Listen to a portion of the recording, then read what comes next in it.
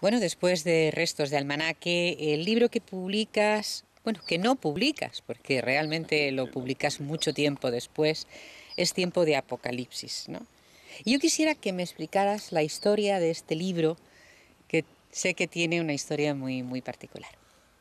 Bueno, Tiempo de Apocalipsis es un libro muy distinto dentro de lo que yo he escrito hasta ahora. Tiempo de Apocalipsis nace posiblemente de algún poema que se llamaba Tiempo de Apocalipsis, que yo no sé si lo conservo o no lo conservo, o si es alguno de los que aparecen en el libro sin título y cambiado. La idea era establecer que este siglo, que esta época en la que vivimos tiene su punto de milenarismo, no porque fuera antes del año 2000 o en esa época, sino porque está cambiando el mundo, ¿no? Es un libro que tiene un punto ecologista ahí metido, que tiene un punto de poesía social sin lugar a dudas, que está basado en el libro del Apocalipsis, porque cada poema tiene una cita del Apocalipsis. ¿Y es un libro apocalíptico? Pues no lo sé, pues pudiera ser. Pero en todo caso es un libro de denuncia clara. Y salió a borbotón, salió de repente. Es decir, a partir de aquel poema surgió como la necesidad de escribir este libro. Y yo recuerdo haberlo escrito, es el único libro que he escrito a tirón, con una idea clara y de principio a fin, en poco más de un mes o mes y medio, salió el libro completo.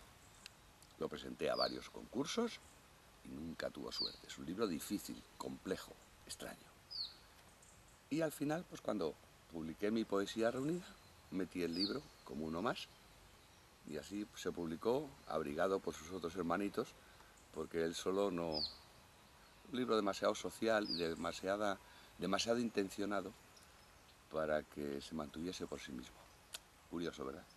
Quizá es un libro religioso, no religioso, ¿no? Y entonces no cuadraba en ninguno de los sitios. Los religiosos consideraban que era un libro de una persona no creyente, más o menos, de un personaje. Y los otros, en cuanto veían Tiempo de Apocalipsis, pensarían que era religioso. Pero es lo mismo. En un concurso famoso de poesía mística, en el que ganó un libro que prácticamente de mística no tenía nada, tenía oraciones para a Dios, a la Virgen, a los santos, por mi prima que ha hecho la primera comunión y tal, que fue el que ganó aquel año, este libro fue rechazado plenamente. Y este libro es muchísimo más místico, si cabe la mística en el mundo actual, que cualquier otro. Pero bueno, ahí está, no pasa nada. Pues vamos con los poemas. El primer poema del libro, bueno, hay que decir una cosa antes, es que el libro está lleno de notas, notas que aquí no vamos a leer. ¿Por qué? Porque esas notas explican las referencias bibliográficas y las referencias que hacen, notas de aclaraciones sobre el texto del Apocalipsis y otros textos bíblicos. El libro está muy estudiado. No tienen título, el primer verso es el título, y todos tienen una cita del Apocalipsis. El número 1 dice la cita, cuando el Cordero abrió el séptimo sello, se hizo un silencio en el cielo, como de media hora. El silencio ha crecido y está solo. Buscaremos la risa de los niños y no la encontraremos. Ese leve chasquido de las hojas pisadas en los parques, un susurro de sol en nuestro rostro, el perfecto latido que hace dormir la mano sobre el pecho, ese temblor de azúcar y de sangre que se esconde en los besos de la sombra. Será búsqueda inútil, tiempo desvencijado en los oídos. Dormirán la canción, los gritos de terror y la blasfemia, el violín y la flauta, la cuchara, el llanto de la mar contra la tarde.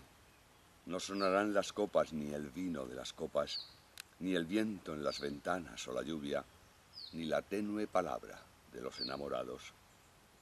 No acudirán las órdenes al rostro ni el grito a la garganta. Durante el plazo estipulado no se oirá al mercader, estará mudo el padre de la patria, volarán las canciones de cuna y las baladas al país de los sueños, y todos los relojes contarán sin hablar 30 minutos. Hasta la voz de Dios cumple el silencio.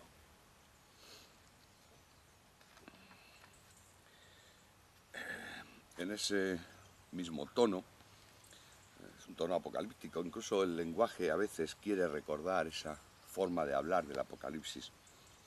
Viene otro poema que tiene de cita lo siguiente: venid, reuníos para el gran banquete, para que comáis carne de reyes, carne de tribunos y carne de valientes, carne de caballos y de sus jinetes, carnes de todas clases de gente, libres y esclavos, pequeños y grandes. Y dice el poema: han dispuesto la mesa, comed hasta que el vino os devore los labios, hasta que la ceniza sepa a carne, hasta que del combate solo queden los despojos de azufre que hacen yermos los campos. 1000 diademas coronan la cabeza de fiel, y él es quien nos prepara la mesa del banquete. ¿Dónde habéis visto un servidor más honorable? No dejéis de comer, que nada sobre para los herederos de la tierra, para el insecto silencioso, para la rata confundida con el barro y la muerte, para las piedras del olvido, para las patas de la araña, para esta ruina triste que adelantan los ácidos y el grito. Venid, hasta el banquete que han dispuesto la locura de plástico del hombre, la ceguera de todos los que piensan que habrá un mañana fértil sobre tanta miseria. Venid, comedlo todo, acabad con la carne y con la sangre, que no descansen las migajas. Ese tono de invitación, ese tono de discurso, es el que encaja con el aire apocalíptico. Hay otras que la cita es muy sencilla, por ejemplo esta dice: pues el tiempo está próximo, de Apocalipsis 1:3. El tiempo es una ciega locura de campanas que da vueltas detrás de una sonrisa, mientras se ciñe al suelo inerte la última paloma. Venimos desde el cobre fecundado por semillas de arcángeles azules, hechos con argamasa de preguntas. Y ahora los minutos pesan como columnas de granito, socavan la razón, hacen del miedo un templo, embadurnan la vida de liturgia, tejen el odio, se ríen de nosotros estrellándose contra un futuro próximo, indecible, crepuscular dominio de la nada. Juego también en algunos otros poemas con los famosos caballos del Apocalipsis, como si fueran caballos del ajedrez, en fin. Pero uno de los poemas que más da la idea de cómo es este libro es este de los mercaderes, que la cita de Apocalipsis 18, 11, 13 dice: llorarán y se lamentarán los mercaderes de la tierra por ella, porque no hay quien compre sus mercaderías, las de oro, de plata, de piedras preciosas, perlas, lino, púrpura, seda, grana, todo madera olorosa, todo objeto de madera preciosa, de bronce, de hierro, de mármol, cinamomo y aromas, mirra e incienso, vino, aceite, flor de harina, trigo, bestias de carga, ovejas, caballos, coches, esclavos y almas de hombres. Es decir, el gran mercado que vivimos y que vivimos ahora en este momento. Nadie quedó para comprar, porque los mercaderes nos vendieron también el corazón. La desmedida usura y la avaricia hicieron de esta tierra un pedregal de escombro. Eso sí, cada piedra con su cotización en bolsa y con su precio dispuesto en un cartel.